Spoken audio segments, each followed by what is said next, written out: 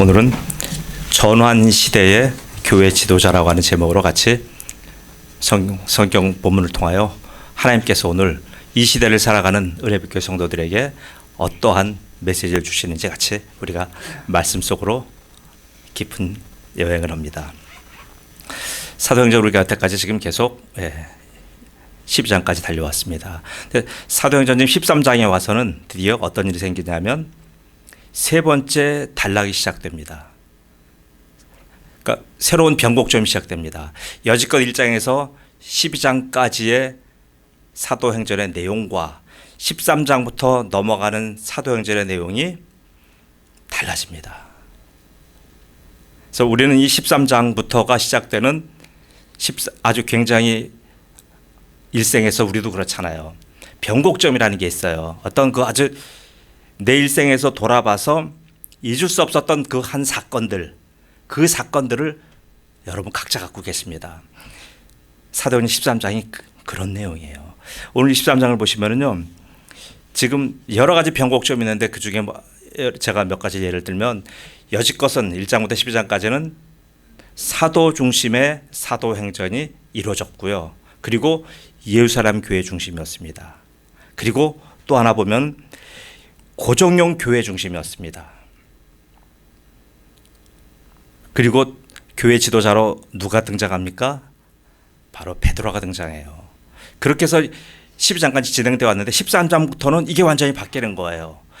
예루살렘 중심의 교회였던 모든 지금 흘러가는 앞으로의 스토리는 안디옥 교회 중심이에요. 더 이상 사도들이 지금 이제 앞으로 13장부터는 잘 나오질 않아요. 누가 나옵니까? 똑같은 사역자는 많이 등장하는데 비사도인 사역자들이 나와요. 그리고 예루살렘 교회라고 하던 고정된 교회 틀이 아니라 지금 이동형 교회들, 아시아와 유럽을 망라하는 수많은 지역과 교회, 많은 인종과 여러 가지 문화가 다른 사람들끼리 섞여 사는 이동형 교회들이 등장합니다. 바로 그게 어디서 시작된다고요? 13장에서 시작됩니다.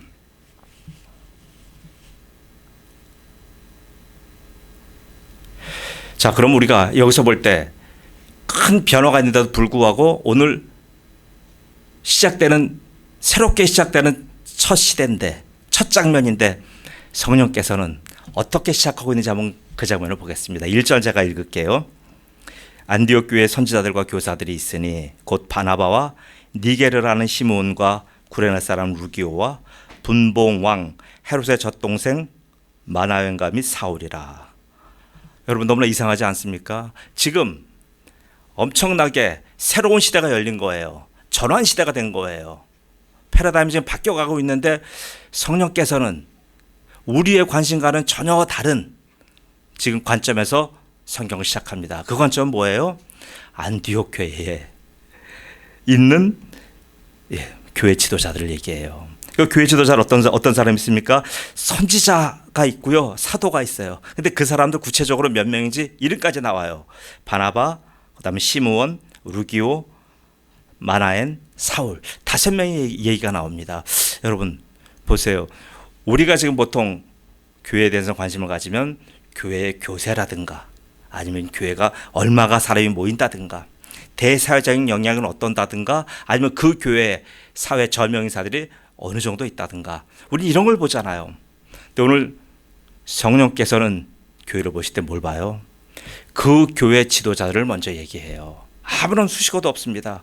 교회 지도자를 딱 얘기하면서 교회 지도자의 형태가 두 형태가 있다라고 얘기합니다. 하나는 선지자형 목사가 있고요. 또 하나는 뭐예요? 바로 교사형 목사가 있습니다. 두 가지 종류의 목사를 얘기해요. 그래서 원어 성경을 보면요, 앞에 여기 나오는 바나바부터 루기오 그리고 니게르, 이 세 사람은 뭡니까? 이 세 사람은 바로 선지자형 목사를 얘기하고요. 뒤에 나온 마나엔과 사울은 교사형 목사를 얘기하고 있어요. 서로 성격이 달라요. 자, 어떻게 성격이 다르냐면 보세요.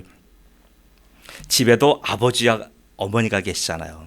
엄부 자친이잖아요. 아버지는 엄격하고 어머니는 자유롭잖아요. 이게 전통적인 우리 부모님 상이에요.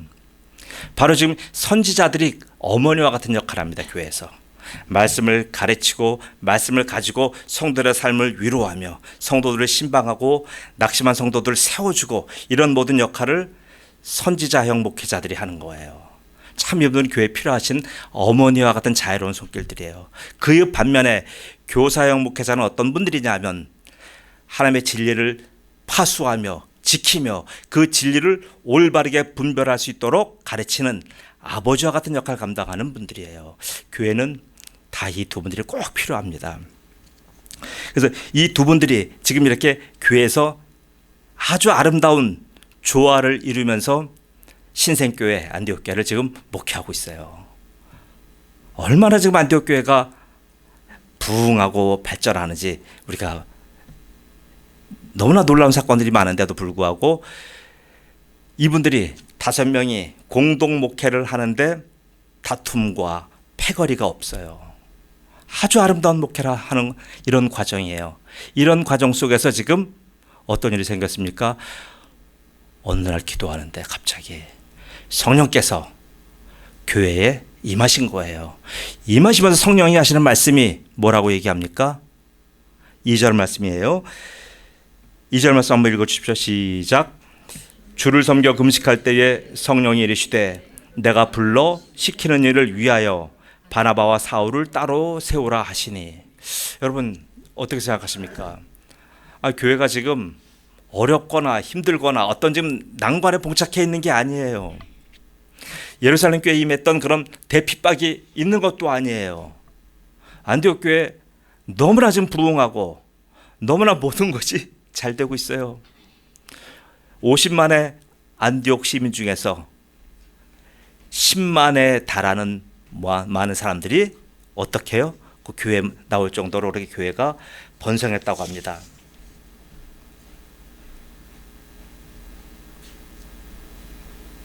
(3664) 차량 혹시 누가 타고 오셨습니까? 예, 364 차량 배달 잠깐 자, 왜 성령께서 갑자기 이렇게 지금 좋은 교회 이렇게 목회를 잘하고 있고 모든 표본이 되는 교회를 갑자기 성령이 개입하셔서 위기도 아니고 위급한 상황도 아닌데도 불구하고 왜 성령님이 이 교회에 특별히 사람을 뚝 찍어서 바나바와 사울을 따로 세우라고 명령하셨겠습니까? 여러분 어떻게 생각하셔요? 이상하지 않습니까? 아니 지금 이 교회가 문제가 있는 교회가 전혀 아니에요. 그리고 지금 여기 선지자형 목회자의 대표인 바나바 그리고 교사형 목회자의 대표인 사울 두 사람을 따로 세우라는 겁니다. 지금 이 교회는 처음에 평신도로 시작했어요. 평신도로 시작해서 처음으로 청빙 받은 목회자가 누구냐 하면 바로 요셉이라고 하는 바나바예요. 바나바가 초대 담임 목사님이에요. 그가 목회를 잘하셔서 잘했는데 너무나 교회가 부흥하니까 어떻게 돼요? 자기 혼자 감당할 길이 없어서 길리기아 다소에 있는 바로 은혜 받은 한 청년 지금 하나님이 차세대 지도자로 쓰고 계신 그 청년을 주목하여 봐서 그 사울을 불러왔어요.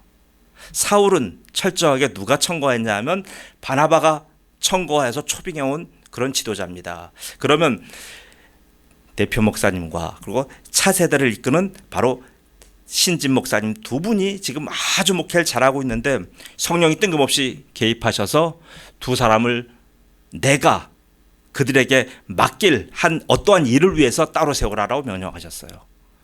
교회가 얼마나 당황스럽겠습니까? 그러나 지금 이 교회는 바로 성령의 말씀에 민감하게 반응하여 금식하고 기도하여 그 두 사람을 안수하여 파송한 거예요. 누구의 명을 따라? 성령 말씀 따라서요. 이렇게 된 겁니다. 그래서 이 두 분들이 지금 왜 이렇게 했습니까? 여러분 보셔요. 우리가 성경 읽을 때 왜라고 하는 질문을 자꾸 던지면 많은 부분들이 사실 풀 때가 많아요. 왜 성령께서 지금 이 평탄하고 부흥하고 잘 나가는 안디옥 교회에 임하셔서 두 사람을 따로 세우라고 하셨습니까? 바로 거기는 디모데전서 2장 4절 말씀에 그 핵심이 있습니다. 제가 디모데전서 2장 4절 말씀을 봉독합니다.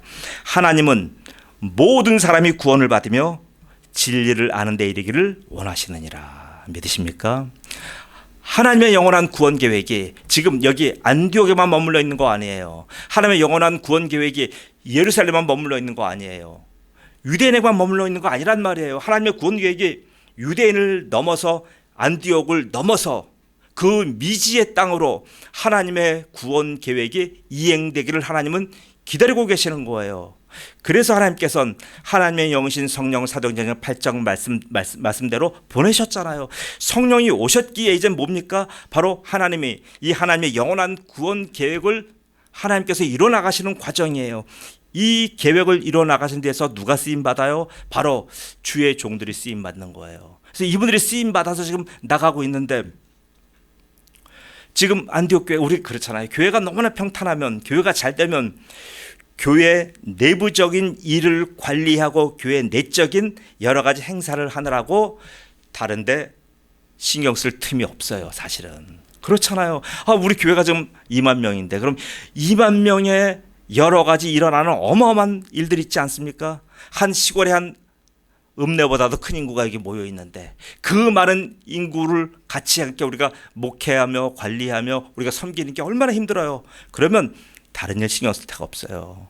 안디옥 교회가 지금 이 상태가 됐으면 10만 명이 될지 몰라요. 한 군데 모이지 않고 여러 가지 소규모 그룹으로들 모이니까 그때는 가능합니다. 그 엄청난 교우들이 모여있는 그런 장소에 성령님이 임하셔서 지금 그렇게 하는 거예요. 지금 이 모습은 베드로전서 나와요. 베드로 사도가 뭐랍니까?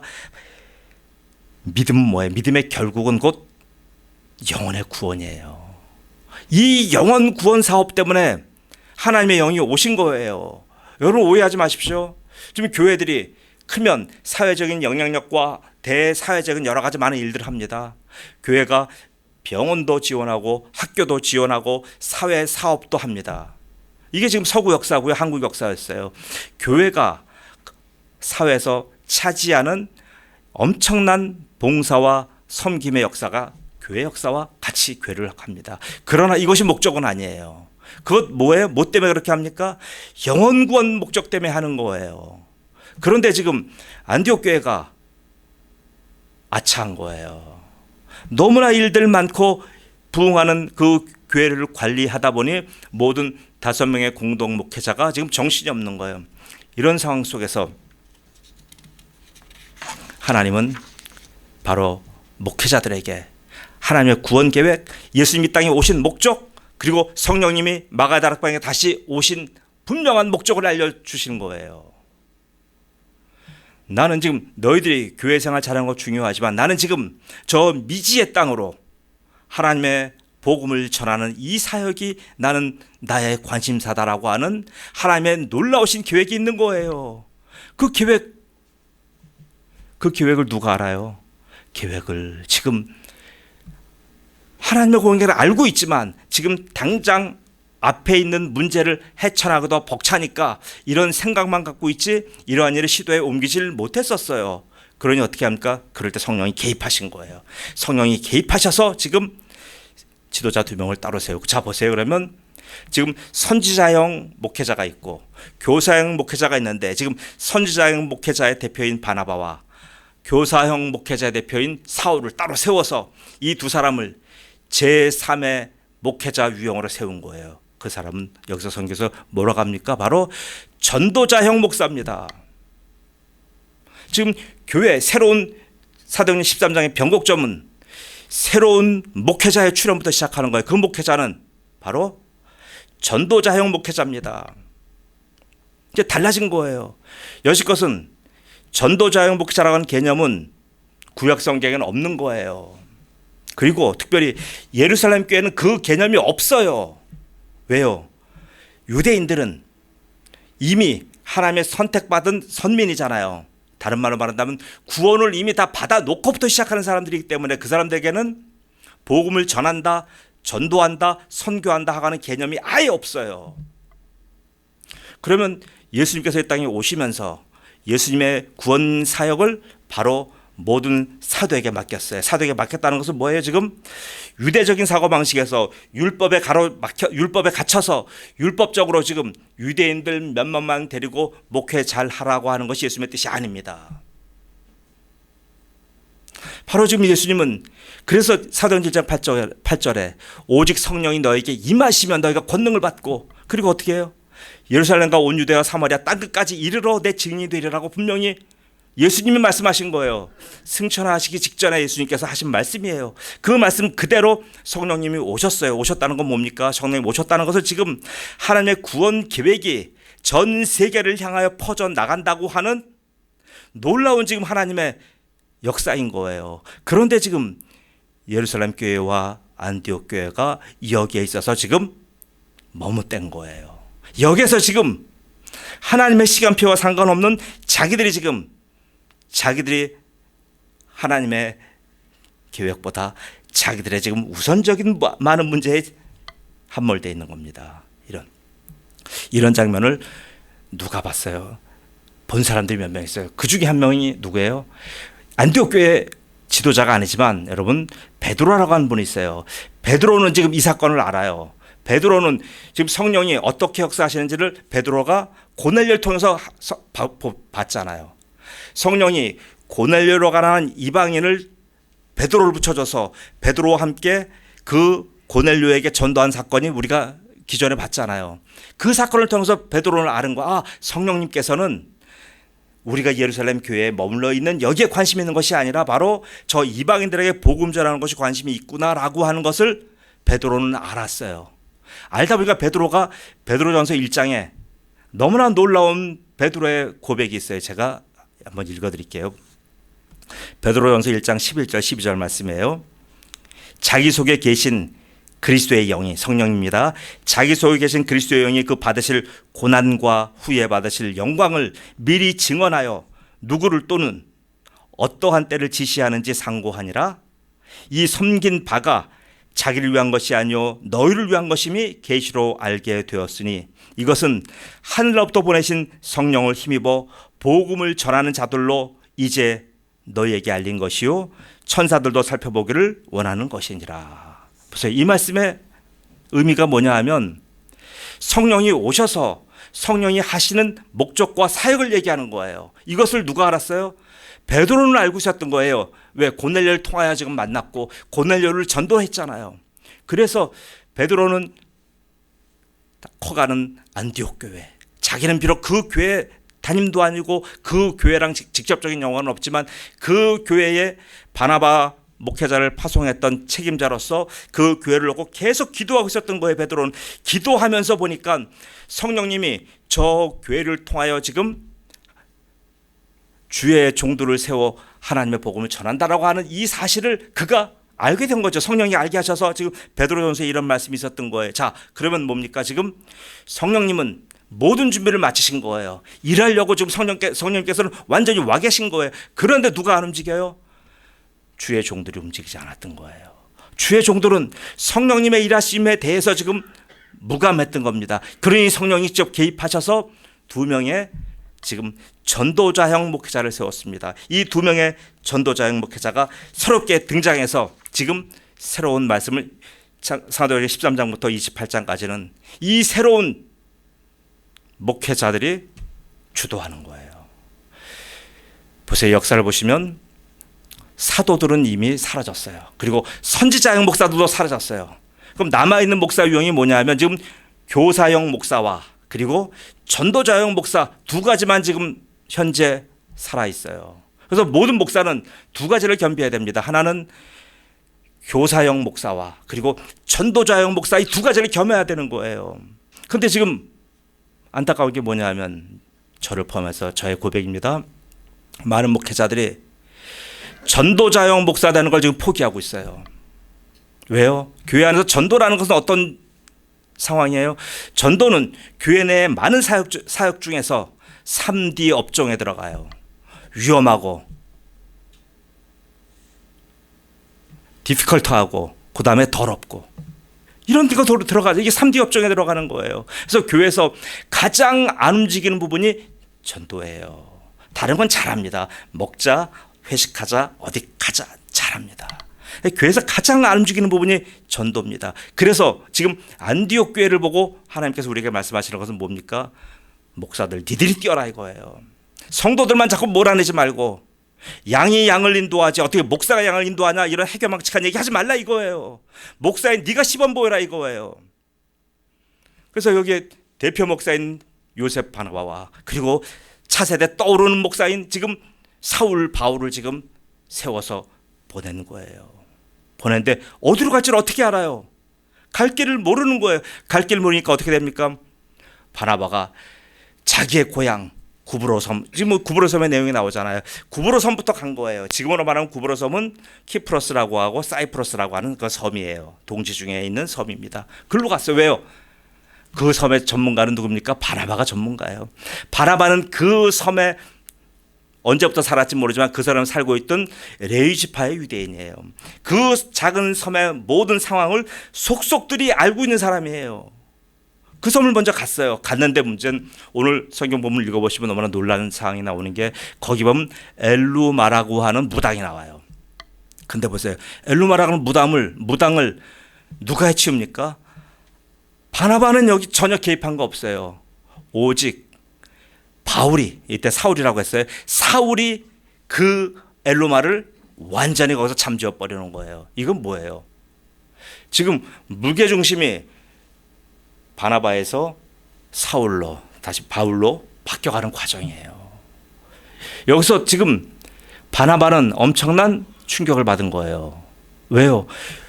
이 구역은 내가 책임지고 있는데, 이 구역에선 내가 누구보다 전문가인데, 그런데 이 구역에서 있었던 그 마술사 엘루마에 대해서 자기는 꼼짝도 못한 거예요. 엘루마가 어느 정도 막강한 사람이냐 하면 지금 거기 총독 서기오 바울과도 교통하고 친구할 정도의 막강한 사회적인 영향력을 갖고 있는 사람이에요. 근데 그 사람을 바나바는 지켜만 봤지 그 사람에게 있는 영적인 문제를 해결하지 못했잖아요.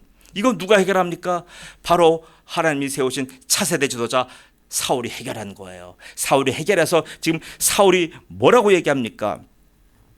이르되 10절이에요. 모든 거짓과 악행이 가득한 자요 마귀의 자식이요 모든 의의 원수요 주의 바른 길을 굽게 하기를 그치지 아니하겠느냐.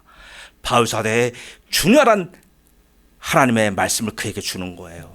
너 그렇게 살다 망한다 이거예요. 이 광경을 본 바나바가 어떻습니까? 충격받은 거죠. 내가 여태까지 알던 사울이 아니구나.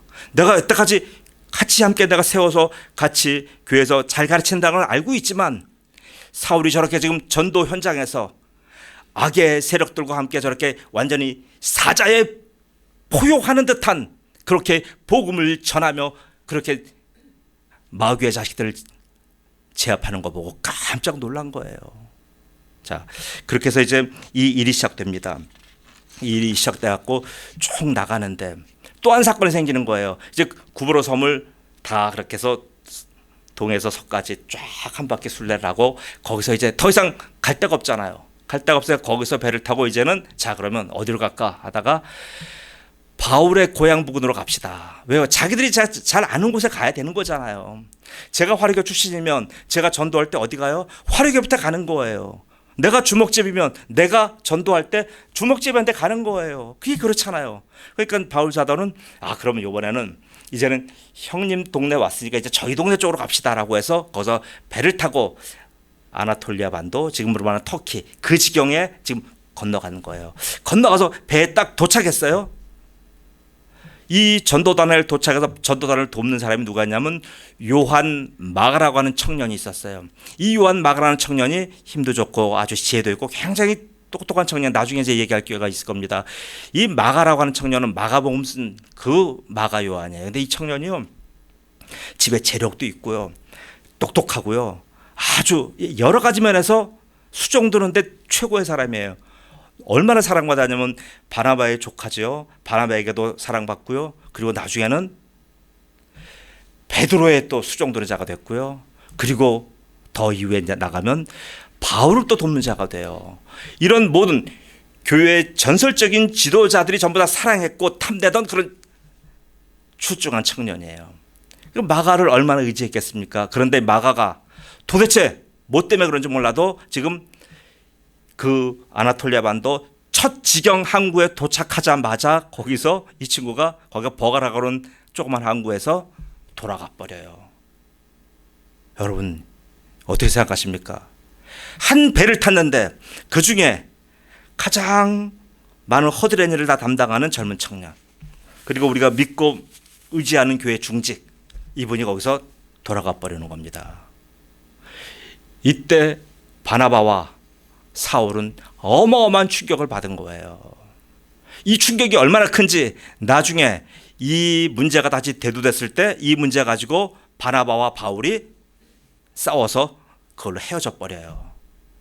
끝난 거예요.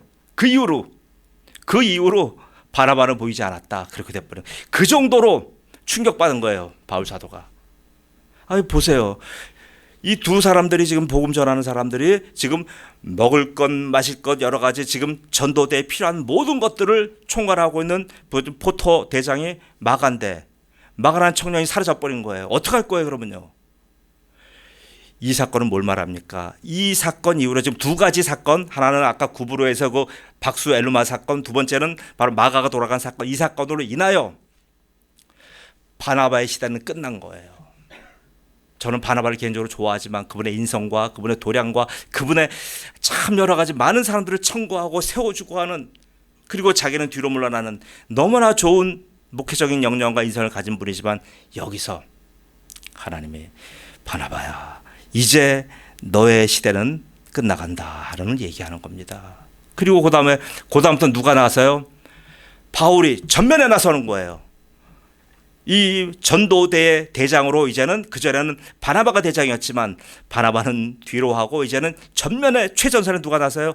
바울 사도가 나서는 거예요. 이때부터는 바울과 바나바로 바뀌는 거예요. 그전에는 바나바와 바울이었는데 항상 바나바 뒤에서 수종드는 자였는데, 이 사건 이후로 이제는 바울과 바나바예요. 이제 한 세대는 가고 한 세대는 온 겁니다. 그 사건이 오늘 여기 아나톨리아 반도 오늘 버가라는 동네에서 있었어요. 자, 보세요. 이제 여기서 제가 한번 정리하고 넘어갈게요. 예루살렘 교회는 예루살렘에서 우리가 그 사도행전 1장에서 7장까지 예루살렘 교회가 잘 나와요. 이때 기록은 3년간의 기록이에요. 그리고 8장부터 12장까지의 이 기록은 안디옥 교회 기록이에요. 이 안디옥 교회 기록은 성경은 8장부터 12장까지 짧지만 무려 그게 몇 년이냐면 12년의 역사예요. 12년. 그러면 보세요. 바나바와 바울이 12년 동안 한 교회에서 같이 동역 동사했다는 얘기예요. 얼마나 친하겠습니까? 속속들이 알잖아요. 그리고 둘이 서로 믿고 의지하고 존중하고 얼마나 아름다운 형님 동생하는 관계였겠습니까?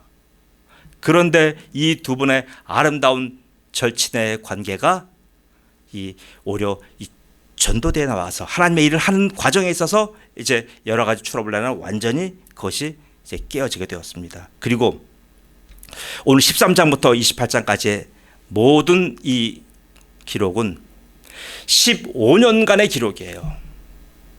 여러분 보세요. 왜 하나님이 바울 같은 사도를 안디옥교에다 놔두셨어도 어마어마하게 큰 일을 했을 건데, 10만 명에 대한 교인을 목회하려면 바울과 같은 역량이 있는 사람이 있어야 되잖아요. 근데 왜 그를 이렇게 직접 그 험한 3D 업적인 전도대의 대장으로 한 번도 아니고 3번씩이나 보낸 이유가 뭡니까? 어마어마한 고생했어요. 맞고 투옥되고 강의 위험, 동족의 위험, 이루 말할 수 없는 고통 겪었잖아요. 그런데 보세요. 바울이 그렇게 하나님의 성령에 의해 순종하여 이 15년간의 대장정을 하지 않았더라면 어떤 일이 생겼겠습니까? 신약성경에 바울 서신 13권은 아예 이 땅에 존재하지 않는 거예요. 바울이 쓴 서간 13권은 전부 다 어디서 나왔습니까? 바울이 3차에 걸친 아시아와 유럽의 전도 여행을 다니면서 세웠던 교회, 그 세웠던 교회에 있는 성도들에게 보낸 편지예요. 그 위대한 복음 기록이 사라지는 거예요.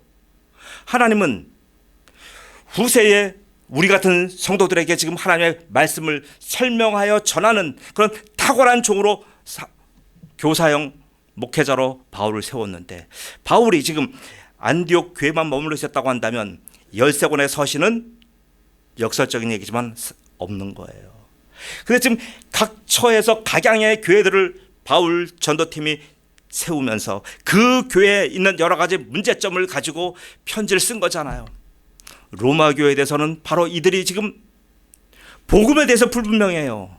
뭐가 뭔지 구별을 못해요. 그러니까 로마 교회에 보낼 때는 바로 복음에 대한 아주 율법과 복음을 비교하면서 차분하게 논리적인 복음의 핵심을 썼잖아요. 뭐 이런 식이에요. 너무나 놀라운 거예요. 저는 그래서 사도행전 13장부터의 우리 28장까지 이 내용을 모르면 우리가 바울 서신의 13권에 대해서 이해할 방법이 없어져요. 그래서 이 사도행전은 우리가 신약에 들어가는 데 있어서 입문서와 같은 거예요. 사도행전을 모르고서는 뒤에 바울 서신 13권에 대해서 이해를 할 수가 없는 거예요. 우리가 말씀을 읽어보면 이해는 가지만 그 말씀이 어디서 어떤 상황 속에서 누구에게 전해주고 어떠한 배경이 있는지에 대한 지식이 없는 거예요. 자, 성도 여러분, 그래서 하나님께서는 한 교회의 최고의 교사를 바로 이렇게 전도자로 내보낸 겁니다. 자, 이것은 지금 우리에게도 많은 시사점을 줘요. 여러분 많이 아시잖아요. 한국에 유명한 교회들 있잖아요. 큰 목사님들 계시잖아요. 갑자기 성령께서 한국교회에 임하셔서 지금 신학교 갓 졸업하고 이제 갓 안수받은 목회자들에게 전부 다 담임 목사 자리 다 줘라. 담임 다 세우고 유명한 목사님들 전부 다 모아서 이슬람으로 보내고 힌두권으로 보내고 아프리카로 보내고 우크라이나로 보내고 한다면 과연 저부터 순종할 목회자가 몇 명 있겠습니까? 여러분 같으면 순종하시겠습니까? 아니요. 제 얘기 하나 할게요. 제가 젊은 시절에 아세아 연합신학대학이라는 학교를 다녔습니다. 그 학교는 한국인 학생과 외국인 학생들이 같이 함께 모여 공부하는 학교예요. 그 학교 설립 목적 중에 하나가 뭐냐 하면 아시아와 아프리카에 복음 전하는 거예요. 복음 전하는 종들을 길러내는 학교예요. 그 학교 갔으니 제가 그 학교에서 이거 제가 공부 제대로 하다가는 망할 것 같아요. 그 학교 제가 계속 주목받다가는 이거 제가 나중에는 이슬람으로 제가 파송되어 갈 것 같은 그 불길한 예감이 오더라고요. 그래서 아주 사랑하는 친구랑 같이 손을 잡고 우리의 장래를 얘기하다가 둘이서 같이 함께 학교를 자퇴했어요. 그래요. 저의 슬픈 흑역사입니다. 그렇게 두려웠어요. 그 당시에 중동 땅으로 이슬람 땅으로 간다고 하는 것은 뭐예요? 목숨을 내걸고 가는 거잖아요. 두려운 거예요. 지금 만약에 이런 일이 한국교회에 다시 임한다고 한다면 많은 목회자들이 자기의 그 안정된 목회자 자리를 내려놓고 지금 이렇게 전도자형 목회자로 나서겠느냐 이거예요. 이거 우리가 다 생각해 봐야 됩니다.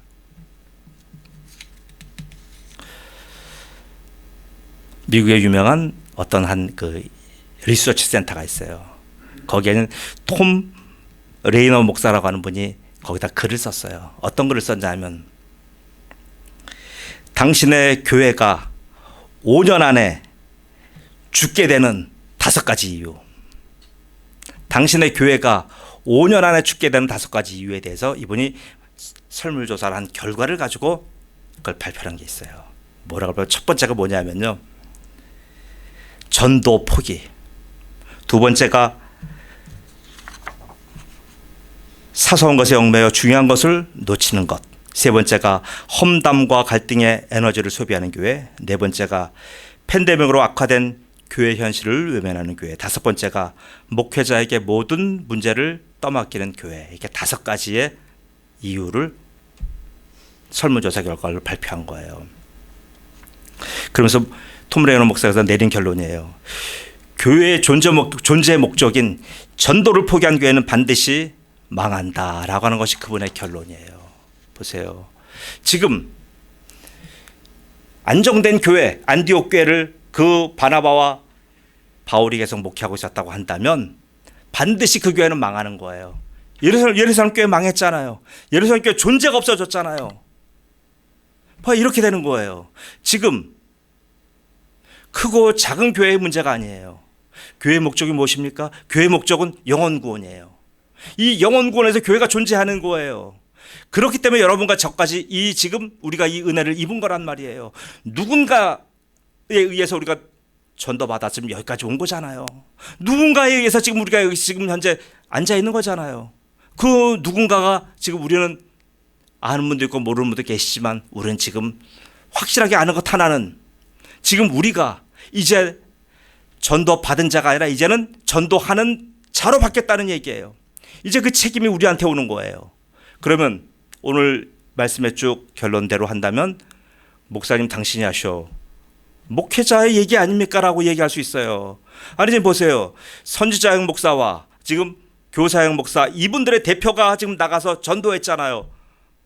최 목사 당신 문제 아니요. 당신이 나가서 하시오라고 얘기할 수 있어요. 맞아요. 전 바뀔 겁니다. 이제 저부터 바뀔 겁니다. 저부터 이제는 교사형 목사와 함께 전도자형 목사로 바뀔 거예요. 그렇게 살아갈 거예요. 남은 인생 이제 그렇게 시간 보낼 겁니다. 그런데 성도 여러분, 그럼 여러분은 그 책임에서 자유하십니까? 여러분은 그 책임과 무관하십니까? 아니요. 우리 그 썩은 가톨릭을 개혁하고 나온 우리 개혁주의 교회가 뭐예요? 내건 것이 만인 제사장주의예요. 여러분과 저는 지금 교회에서 직분만 지금 말씀을 전하는 자와 여러분은 각각의 사명에 달 뿐이지 우리의 지금 공통된 목적은 뭐예요? 영혼 구원한다고 하는 것은 여러분과 제가 똑같이 받은 사명이에요. 제가 그런 사명감을 가지고 제가 그런 지금 경각심을 갖는다고 한다면 여러분에게도 동일한 겁니다. 믿으십니까?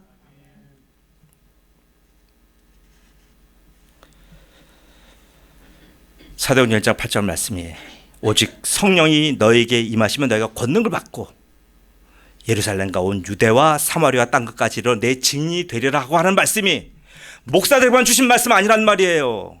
그 말씀은 모든 성도에게 같이 임하는 말씀이에요. 믿으십니까? 그렇다고 하면 여러분 삶의 현장에서 어떻게 하실 겁니까? 이제 모든 것을 나한테 초점 맞춰서 이거 주세요, 저거 주세요. 저는 축복이 필요합니다. 저는 더 이상 이런 것이 먹고 살고 저는 누리고 하는 것들이 더 필요합니다. 하나님, 여러분 하나님은 반드시 여러분이 기도하시면 기도한 것 응답해 주시고 그거 들어주셔요. 그러나 하나님의 관심은 여러분이 그런 기도와 함께 저 옆에 하나님이 지금 구원 주시기로 작정된 영혼들에 대한 기도도 여러분에게 듣기를 원하시는 거예요. 여러분 지금 나가서 복음 못 전한다 할지라도요. 여러분 하나님은 여러분에게 일주일 동안 만나면서 여러분이 만나는 사람 모두가 다 그리스도인 아니잖아요. 우리가 얘기하다 보면 그래요. 내 주위엔 전부 다 난 예수 믿는 사람밖에 없어요 라고 얘기합니다. 여러분 한번 우리 솔직히 얘기해 보자고요. 그 예수 믿는다는 사람 자체가 그 속에 예수의 복음이 있냔 말이에요. 저 십자가에 자기가 죽었던 그 경험이 있으며 그 예수와 함께 살아가는 경험이 있냔 말이에요. 복음으로 살아가는 말이 그거 다시 한번 생각해 보시란 말이에요. 지금 많은 분들은 죽어 있어요. 아까 박수 엘루마처럼 지금 영적인 일에 무관심하단 말이에요. 하나님이 하시는 일에 대해서 지금 나와 상관없는 일이다라고 생각하며 지금 이 땅에서 일어나는 일들에 모든 초점가 있어요. 그런 사람 모두는 지금 이 사도행전의 주제인 사도행전 1장 8절 말씀이 다 똑같이 해당되는 겁니다. 그러면 사랑하는 성도 여러분, 여러분에게 도전을 촉구합니다. 다니엘서 12장 3절 말씀입니다. 지혜 있는 자는 궁창의 빛과 같이 빛날 것이요 많은 사람을 옳은 대로 돌아오게 한 자는 별과 같이 영원토록 빛나리라. 이 위대한 축복이 여러분에게 여러분의 후손들에게 대대히 넘치기를 예수님의 이름으로 축복합니다. 아멘. 기도합니다. 전능하신 아버지 하나님 은혜 감사합니다. 아버지 하나님 바나바와 바울을 따로 세워서 성령님이 근심하시며 성령님이 안타까워하시며 성령님이 이루고자 하시는 그 일을 위하여 이 두 명의 탁월한 교회 지도자들을 가장 힘들고 지친 사역의 현장으로 하나님 내보낸 것을 보았습니다. 15년 동안 나머지 인생 전체를 전도하면서 복음을 전하면서 그 겪었던 모든 기록이 사도행전 13장부터 28절의 기록이고, 그때 그 교회와 성도들에게 보냈던 모든 말씀이 바울 서신 열쇠 오는 것을 저희가 오늘 말씀을 통해서 깨닫게 되었습니다. 전능하신 아버지 하나님, 지금 우리의 관심이 어디에 있습니까? 우리의 관심이 성령님의 원하심과 성령님의 간절하심과 성령님이 지금 하나님의 구원계획에 가 있는 그 마음에 우리의 마음이 하나님 같이 함께 합하는지 이 시간 돌아보게 하옵소서. 그래서 아버지, 우리가 바울같이 전하지 못하고 베드로처럼 외치지 못한다고 할지라도 주님께서 내 주위에 만나게 하시는 일주일의 삶 속에서의 많은 사람들에게 하나님 구원 주시로 작정된 영혼들을 찾아내어 그들에게 복음 전하며 내가 만난 예수를, 나를 만나주신 예수님을 소개하는 위대한 그리스도의 증인들로 축복하여 주옵소서. 감사하며 예수님의 이름으로 기도드리옵나이다. 아멘.